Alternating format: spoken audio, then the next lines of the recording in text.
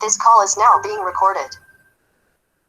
Olá, estamos aqui para mais uma aula de filosofia, e essa aula de hoje vamos conhecer as formas de conhecimento, ou seja, mas essas formas de conhecimento a partir da mitologia, do senso comum e da filosofia. Essas formas de conhecimento vai se estabelecer dentro do ser humano. Então, o objeto dessa nossa aula de hoje é simplesmente desvendar esses mistérios. Vamos lá. A partir daqui a gente tem que conhecimento é discurso, né? Conhecimento e logos, que é o nosso discurso. Isso caminha muito próximo da questão do conhecimento. O filósofo base que nós vamos estudar hoje é John Locke. Nasceu em 1632, 1704.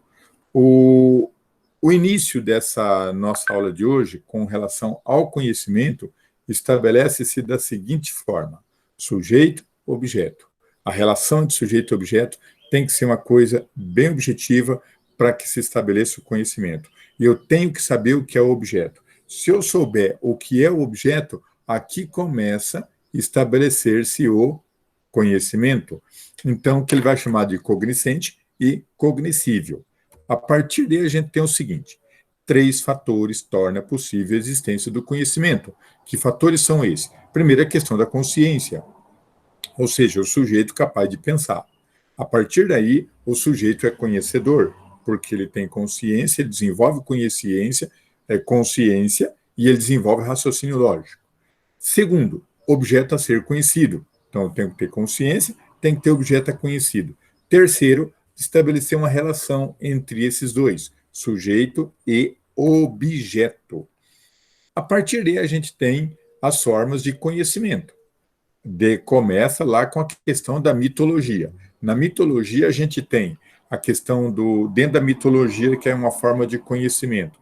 A gente tem o sistema de crenças, na mitologia. Na mitologia, a gente tem o sistema de narrativas, e ainda na mitologia, a gente tem o sistema de explicação dessa mitologia. E dentro da mitologia, ainda temos a questão da tradição oral. Essas, entre as formas de conhecimento que a gente sabe, essa é uma delas, a questão mitológica. A outra forma que é o confronto entre mitologia e religião. E aqui a gente tem que lembrar de Zeus. Zeus era deus de todos os deuses. Ele era deus dos homens, dos animais, do universo, do oceano, era o deus que mandava em tudo. E essas relações que Zeus estabelecia, muitas vezes era violenta, porque ele precisava controlar as pessoas, precisava controlar o mundo, né? A partir daí, a gente tem uma atividade 1. A partir do conteúdo exposto, caracteriza o conhecimento mítico. O que é um conhecimento mítico? O conhecimento mítico, ele parte do senso comum. É aqueles saberes do cotidiano. É o nosso saberes dos nossos avós, tios, tias, das pessoas que muitas vezes não tiveram oportunidade de estudar, mas que têm um conhecimento. Esse aí é um tipo de conhecimento que a gente vai chamar, dentro do conhecimento mítico. Segunda posse é a questão dos hábitos. A segunda posse de conhecimento é os hábitos, as crenças e as tradições. E a terceira é a geração para geração, onde uma pessoa transmite para outra e cria-se a parte do conhecimento. E um quarto item pode-se criar os estereotipos de conhecimento, que a gente possa não conhecer. Existe uma fórmula? O senso comum não. O senso comum associa um acontecimento hoje, outro daqui 5 a 10 anos, se estabelece uma verdade de um senso comum. Ou seja, basicamente, esse senso comum vai trabalhar 2 acontecimentos somente, e entre esses 2 pode ter acontecido milhares de acontecimentos ao contrário, porém, o senso comum não leva isso em consideração. Exemplo de senso comum: dia 13 é o número de má sorte, escada causa azar, azul menino e rosa menina.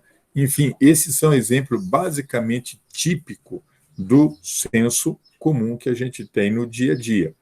Aqui a gente tem a segunda situação, né? Um exemplo de senso comum: chinelo virado provoca a morte da mãe. Quebrar o espelho tem 7 anos de azar. Brincar com fogo faz xixi na cama. Então, esses são tipos de conhecimento que temos, que a gente chama de conhecimento comum. Conhecimento filosófico, ele parte de uma reflexão sobre uma base de um acontecimento ou a base de uma verdade. Faz o uso da razão, ou seja, estabelece aí um uso lógico, e ele vai seguir um método rigoroso para chegar a essa verdade ou a esse conhecimento. E o conhecimento filosófico, ele parte de 3 princípios. Primeiro, pela própria teoria do conhecimento.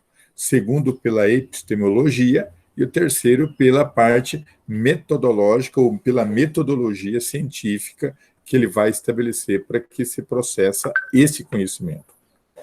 Dentro da teoria do conhecimento, existem as explicações racionais para se chegar naturalmente a esse conhecimento. E isso é da natureza filosófica. E o que é a epistemologia? É a chamada filosofia da ciência que estuda a origem dos acontecimentos dentro de uma estrutura metodológica. Então, a epistemologia é eu ir buscar na raiz de qualquer acontecimento ou de qualquer processo que se dê. Por exemplo, quando eu proponho a fazer qualquer estudo, vou fazer, por exemplo, um trabalho de final de curso ou qualquer situação que eu venha fazer, eu tenho que buscar essa realidade acontecia com os egípcios, acontecia com os gregos, acontecia com os romanos, aconteceu no feudalismo, na Revolução Industrial, na expansão marítima, Primeira e Segunda Guerra Mundial, no mundo moderno, e como é que está na atualidade? Quando eu faço esse roteiro de qualquer conhecimento, seja ele científico ou não, quando eu faço esse roteiro, eu estou fazendo um roteiro epistemológico, e que normalmente leva a uma verdade clara e assim por diante.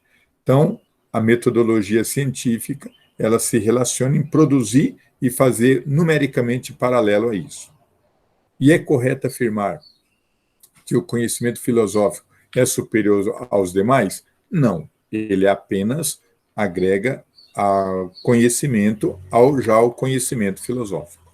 Então, resumindo a nossa aula de hoje, nós vimos aí que tem a teoria do conhecimento, que estabelece entre o sujeito e objeto tem que ter esse domínio para que se conheça, os tipos de conhecimento e os diferentes tipos de conhecimento que ocorre dentro da sociedade e dentro do processo de estabelecimento. Obrigado por assistir essa aula e até uma próxima.